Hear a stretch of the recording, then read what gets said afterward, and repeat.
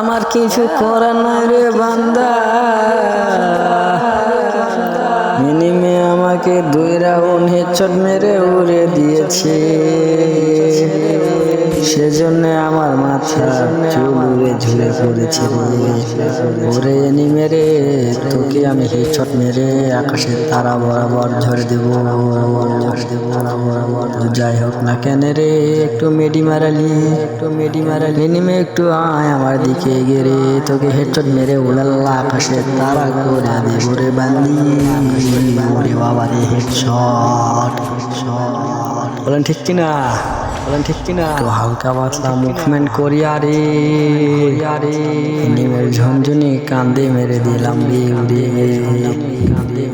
তো পরবর্তী রাউন্ডে চলে এলাম।